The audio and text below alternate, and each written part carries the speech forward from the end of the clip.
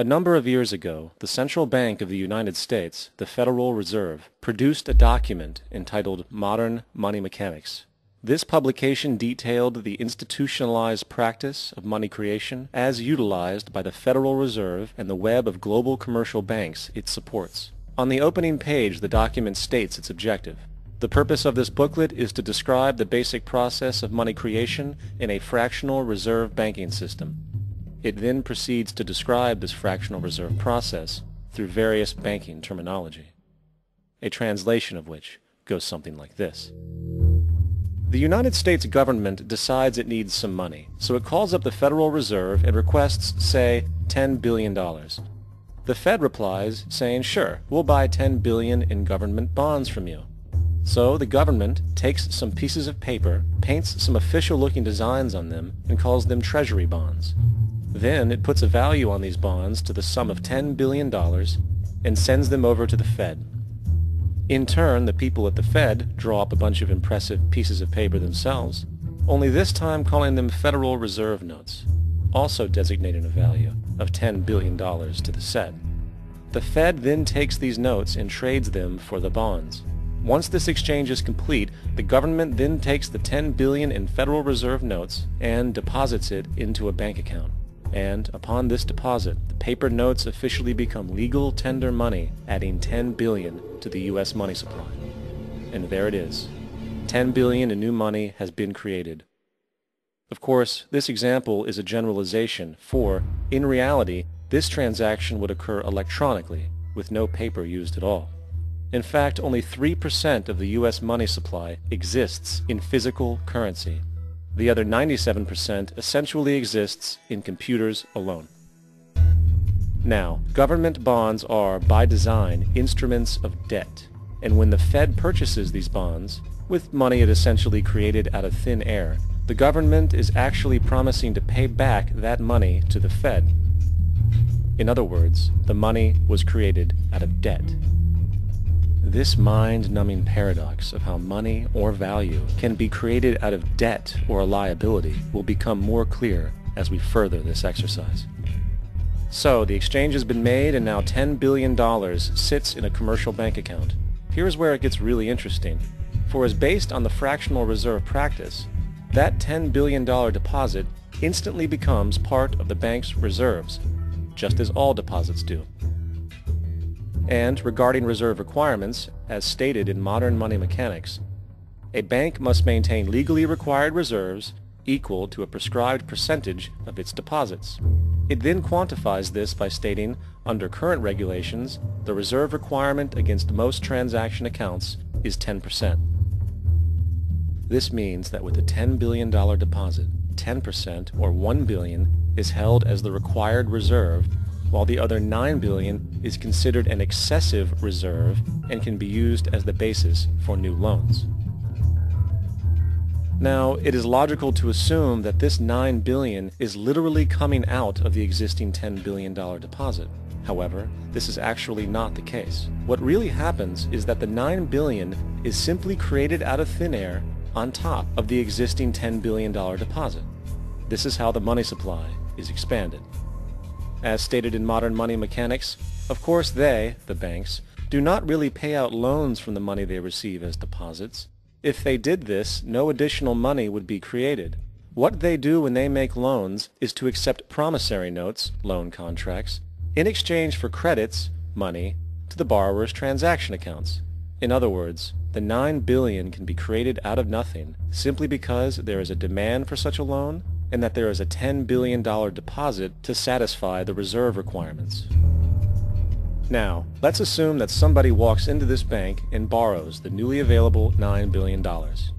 They will then most likely take that money and deposit it into their own bank account. The process then repeats, for that deposit becomes part of the bank's reserves. 10% is isolated, and in turn 90% of the $9 billion, or $8.1 billion, is now available as newly created money for more loans. And of course, that 8.1 can be loaned out and redeposited, creating an additional 7.2 billion, to 6.5 billion, to 5.9 billion, etc. This deposit money creation loan cycle can can technically go on to infinity. The average mathematical result is that about $90 billion can be created on top of the original 10 billion. In other words, for every deposit that ever occurs in the banking system, about 9 times that amount can be created out of thin air. Money jitters? Ask the obliging Bank of America for a jar of soothing instant money, M-O-N-E-Y, in the form of a convenient personal loan. So, now that we understand how money is created by this fractional reserve banking system, a logical yet elusive question might come to mind. What is actually giving this newly created money value? The answer? The money that already exists. The new money essentially steals value from the existing money supply. For the total pool of money is being increased irrespective to demand for goods and services. And as supply and demand finds equilibrium, prices rise, diminishing the purchasing power of each individual dollar. This is generally referred to as inflation, and inflation is essentially a hidden tax on the public. What is the advice that you generally get? And that is, inflate the currency. They don't say debase the currency. They don't say devalue the currency. They don't say cheat the people who are saved.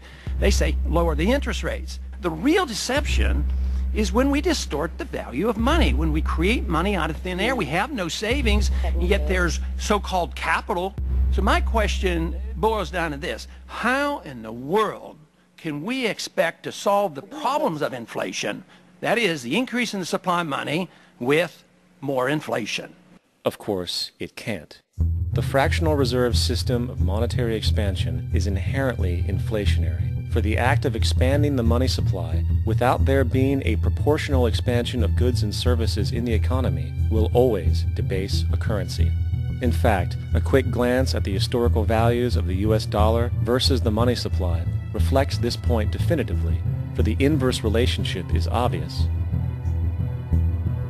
$1 in 1913 required $21.60 in 2007 to match value. That is a 96% devaluation since the Federal Reserve came into existence. Now, if this reality of inherent and perpetual inflation seems absurd and economically self-defeating, hold that thought, for absurdity is an understatement in regard to how our financial system really operates. For in our financial system, money is debt. And debt is money. Here is a chart of the U.S. money supply from 1950 to 2006. Here is a chart of the U.S. national debt for the same period. How interesting it is that the trends are virtually the same. For the more money there is, the more debt there is. The more debt there is, the more money there is. To put it a different way, every single dollar in your wallet is owed to somebody by somebody. For remember, the only way the money can come into existence is from loans. Therefore, if everyone in the country were able to pay off all debts, including the government, there would not be $1 in circulation.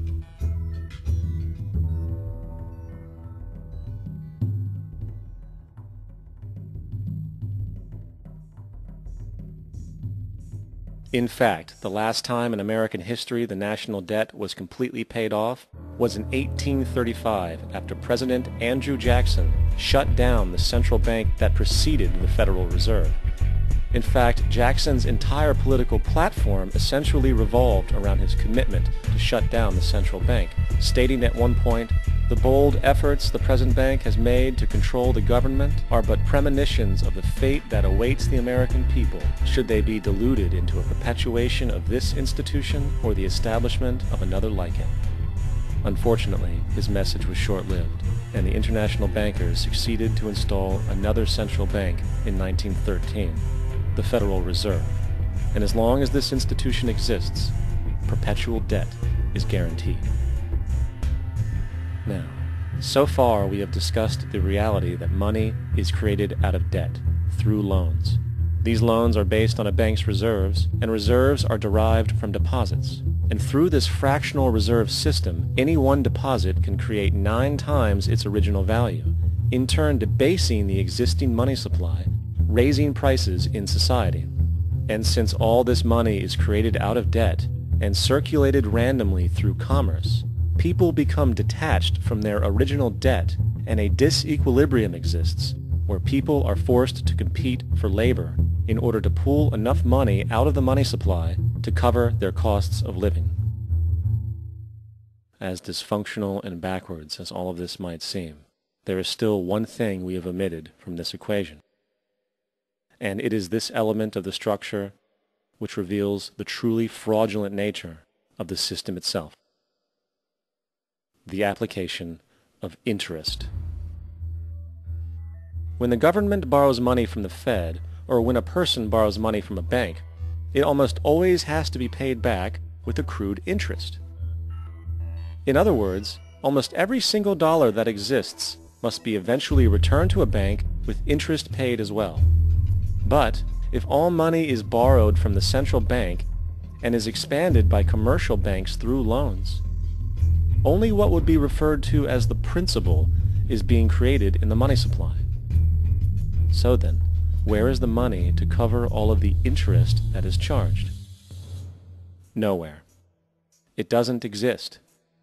The ramifications of this are staggering, for the amount of money owed back to the banks will always exceed the amount of money that is available in circulation. This is why inflation is a constant in the economy, for new money is always needed to help cover the perpetual deficit built into the system, caused by the need to pay the interest.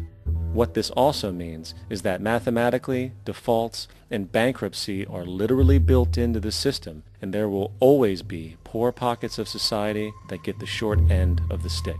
An analogy would be a game of musical chairs, for once the music stops, somebody is left out to dry. And that's the point. It invariably transfers true wealth from the individual to the banks. For if you are unable to pay for your mortgage, they will take your property. This is particularly enraging when you realize that not only is such a default inevitable due to the fractional reserve practice, but also because of the fact that the money that the bank loaned to you didn't even legally exist in the first place. In 1969, there was a Minnesota court case involving a man named Jerome Daley, who was challenging the foreclosure of his home by the bank which provided the loan to purchase it. His argument was that the mortgage contract required both parties, being he and the bank, each put up a legitimate form of property for the exchange. In legal language, this is called consideration.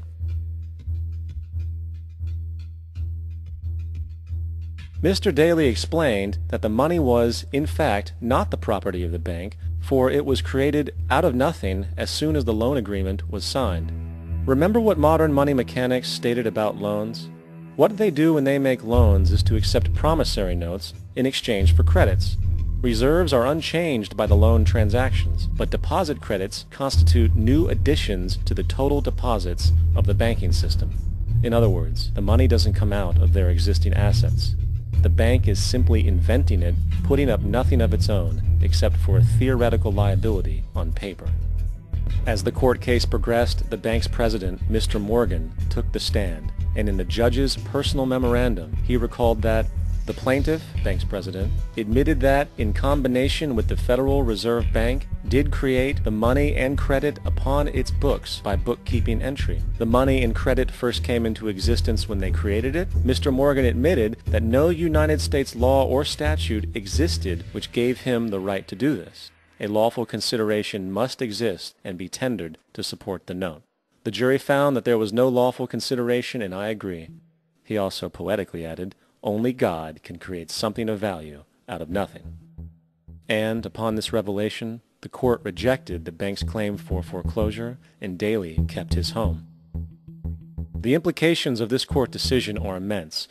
For every time you borrow money from a bank, whether it is a mortgage loan or a credit card charge, the money given to you is not only counterfeit, it is an illegitimate form of consideration, and hence voids the contract to repay, for the bank never had the money as property to begin with. Unfortunately, such legal realizations are suppressed and ignored, and the game of perpetual wealth transfer and perpetual debt continues. And this brings us to the ultimate question: why? During the American Civil War, President Lincoln bypassed the high-interest loans offered by the European banks and decided to do what the Founding Fathers advocated, which was to create an independent and inherently debt-free currency. It was called the greenback. Shortly after this measure was taken, an internal document circulated between private British and American banking interests stated, "Slavery is but the owning of labor and carries with it the care of laborers, while the European plan is that capital shall control labor by controlling wages. This can be done by controlling the money. It will not do to allow the greenback, as we cannot control that." The fractional reserve policy perpetrated by the Federal Reserve, which has spread in practice to the great majority of banks in the world, is, in fact, a system of modern slavery. Think about it. Money is created out of debt. And what do people do when they are in debt? They submit to employment to pay it off. But if money can only be created out of loans, how can society ever be debt-free? It can't. And that's the point.